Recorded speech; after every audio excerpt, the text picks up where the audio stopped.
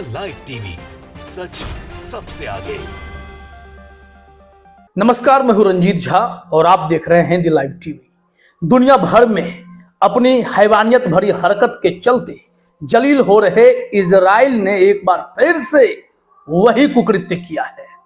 उसने स्कूलों पर बमबारी की और अस्पतालों को निशाना बनाया। लिहाजा हमास के लड़ाकों ने ऐसा पलटवार किया है जिसमें इसके 7 सैनिक ढेर किए गए हैं। जो ऐसे जघन्य अपराध करेगा, हैवानियत की हदें पार करके मासूमों को, निर्दोषों को, महिलाओं को मारेगा, सिविलियंस को किल करेगा, तो ऐसे इजरायली फोर्स का कोई स्वागत तो नहीं कर सकता है। दुनिया थूक दे रही है और इस वक्त हमास के लड़ाकों ने उन्हें उसी अंदाज में मुंह तोड़ जवाब दिया है। इजरायली सैनिकों को वही ढेर किया है, उनके वाहनों को नष्ट किया है और मुंह तोड़ जवाब देते हुए कहा है कि खबरदार जो ऐसी कायराना हरकत की, अस्पतालों को और फिर स्कूलों को निशाना बनाया, तो हर इजरायली सैनिक को मौत की नींद मिलेगी। देखिए जरा अपने स्क्रीन पर एक ट्वीट दिखाता हूं। 2 स्क्रीनशॉट है। मिश्रा अमरेश जो लगातार इस मामले पर अपडेट देते हैं, जो इजराइल फिलिस्तीन की जंग पर बारीकी से नजर रखे हुए हैं, उन्होंने 2 स्क्रीनशॉट शेयर किए। इसमें जो लिखा हुआ है वो बताते हैं, लेकिन पहले ट्वीट को देखते हैं ताकि स्क्रीनशॉट समझने में आसान हो। इन्होंने लिखा है, breaking 17 IDF vehicles destroyed, 7 killed, 8 wounded. Israel ने स्कूलों, अस्पतालों पर कायराना हमला किया, पर 18 नवंबर 2023 को जंग में मुंह की खाई है। हमास ने गाजा में 17 इजरायली सैन्य वाहन नष्ट किए। इजराइल ने माना उसके 6 सैनिक और अफसर मारे गए, 8 गंभीर रूप से घायल हैं। कुल 7 सैनिक ढेर हुए हैं, जिसमें अफसर भी शामिल हैं।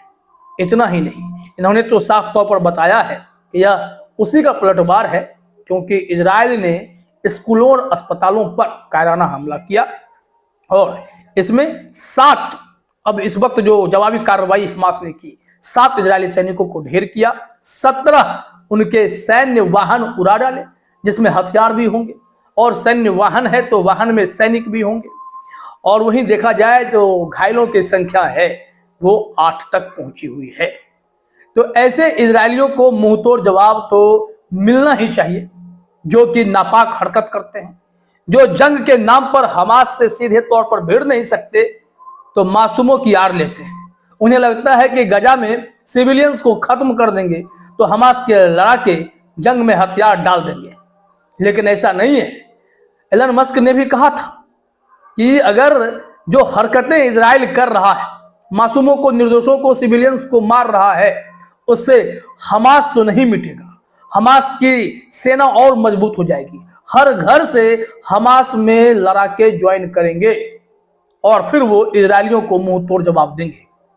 ये आपने जो ट्वीट देखा है, इस ट्वीट में गुस्सा समझ सकते हैं आप कि आपके परिवार के लोगों को कोई मारेगा तो आपके मन में बदले की भावना और बढ़ जाएगी। ट्वीट देखिए, ये बताया जा रहा है, शहीद हैं मार्टर इज एल दिन अल कसाम ब्रिगेड के। अब यहां पर क्या जानकारी है, कहा जा रहा है कि since this morning our fighters have succeeded in inflicting casualties both dead and wounded on the occupation soldiers force by targeting them with an anti-personnel explosive device, and they have completely or partially destroyed 17 Zionist vehicles across all the axis of incursion in the Gaza Strip Al-Aqsa flood। जो operation का नाम है Al-Aqsa flood रखा गया है, और इसके तहत जो जानकारी मिली है कि कैसे सुबह सुबह इनके लड़ाकों ने इजरायली सैनिकों के भीतर खौफ पैदा कर दिया। उनके 17 सैन्य वाहनों को उड़ाया है और जो पर्सनल एक्सप्लोजिव डिवाइस है उसके जरिए इस घटना को अंजाम दिया गया, जिसमें इजरायली सैनिकों के होश ठिकाने लगा दिए गए। उन्हें पता है, इजरायली सैनिकों को, कि हमास से पार पाना आसान नहीं है। वो लाखों की संख्या में घुस भी आए गजा पट्टी में, तब भी लाखों के लाखों ढेर हो सकते हैं, क्योंकि हमास के जाल ही इस कदर बिछाए गए हैं। हमने बार बार कहा है कि हमास के लड़ाके वेल ट्रेंड हैं। वो गजा में गुरिल्ला तकनीक से भी मार कर सकते हैं, सामने आकर भी लड़ सकते हैं। इतना ही नहीं, जो 500 किलोमीटर का जाल उन्होंने बिछाया है, जो सुरंगें हैं, उसमें पूरी व्यवस्था है। इजरायली कोशिश करते हैं कि उस सुरंग को ध्वस्त किया जाए, लेकिन उस सुरंग को ध्वस्त करने के लिए भी किसी न किसी को सुरंग के पास आकर तो देखना ही पड़ता है, मुआयना करना ही पड़ता है, चीजें लगानी ही पड़ती है। लेकिन उसी दौरान वो ट्रैप होते हैं और फंस जाते हैं।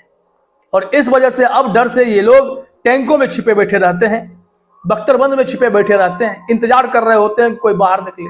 लेकिन वो भूल जाते हैं कि गजा पट्टी में जंग इजरायली सैनिकों के प्लान से नहीं, हमास के लड़ाकों के प्लान से लड़े जाते हैं। और हमास के लड़ाके इन्हें मुंह तोड़ जवाब देते नजर आते हैं। एक और स्क्रीनशॉट देखिए, इसमें दिखाया जा रहा है the occupation admits to the death of 6 additional Zionist soldiers, among them officers, during the ongoing aggression in Gaza. They admitted that 8 soldiers were seriously wounded. इनका कहना है, जो आखिर हमने आपको ब्रेकिंग खबर के तौर पर बताए, 7 सैनिक मारे गए हैं, उसी का ये अगला भाग है कि 6 और कैजुअलिटीज हुई हैं, 8 से अधिक घायल हैं। ये इस ट्वीट के जरिए मिश्रा अमरेश बता रहे हैं। लेकिन इस संबंध में कुछ ट्वीट्स और हैं जो हम आपको उस तरीके से तो नहीं दिखा सकते कि किस तरीके की तबाही मची है, लेकिन बस आप ये देखिए कि ये जो इजरायली सैनिक है कैसे पूरे मॉनिटर करने के बाद एक स्कूल पर हमला करता है।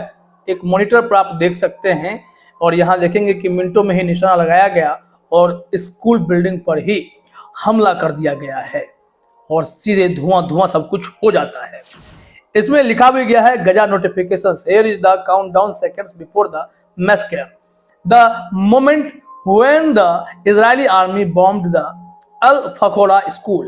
जो स्कूल है उस स्कूल को टारगेट किया गया था, वो दृश्य यहाँ पर दिखाए गए हैं। लेकिन ये सारे दृश्य विचलित करने वाले होते हैं। चूंकि यह मॉनिटर पर था इसलिए हमने कहा कि एक झलकी देख लीजिए कि ये लोग कितनी हैवानियत करते हैं, किस तरीके का कुकृत्य करते हैं। और उसके बाद वहाँ जो स्थिति हुई वो तो बिल्कुल दिखाने लायक नहीं है। वहाँ पर लाशों की ढेर लग गई है, ऐसे हालात पैदा हो गए। लेकिन उसमें जो ट्वीट है वो ट्वीट हम दिखा देते हैं। दानिश अफरोज ने इस ट्वीट को शेयर भी किया है और वो विजुअल्स भी है, लेकिन विजुअल्स विचलित करने वाले हैं, वो हम नहीं दिखाएंगे। लेकिन ट्वीट से उस दर्द को समझिए आप। इसमें लिखा गया, इस वीडियो को मत हटाएं एलन मस्क साहब को उन्होंने टैग करते हुए लिखा है, यह नरसंहार है, दुनिया को देखने की जरूरत है। नेतन्याहू के नेतृत्व में अमेरिका के सहयोग से औपनिवेशिक इजरायल सेना द्वारा उत्तरी गाजा में UNRWA के अल फकोरा स्कूल पर बमबारी के बाद लगभग 200 फिलिस्तीनी मारे गए, जिनमें ज्यादातर बच्चे हैं। इससे पहले IDF ने उत्तरी गाजा में टल अल जतार स्कूल पर बमबारी की थी, वहां भी फिलिस्तीनी बच्चे मारे गए थे। वहां पर संख्या 26 बताई गई थी, लेकिन वो भी अधिक ही होगी। फिर यहाँ पर कहा जा रहा है कि कल नेतन्याहू ने UNRWA अल फलाह स्कूल पर बमबारी की, जहां 130 लोग मारे गए।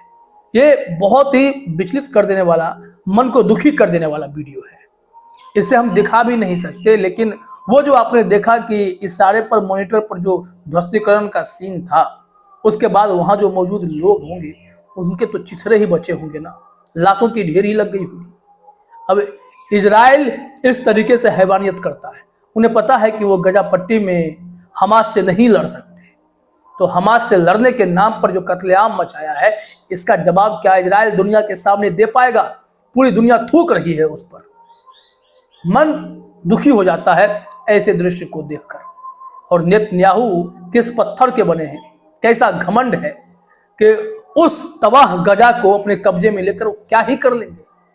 उसे क्या गजा की सूरत जो है सुंदर दिखेगी क्या? असंभव है। शर्म आनी चाहिए ऐसे नेताओं को।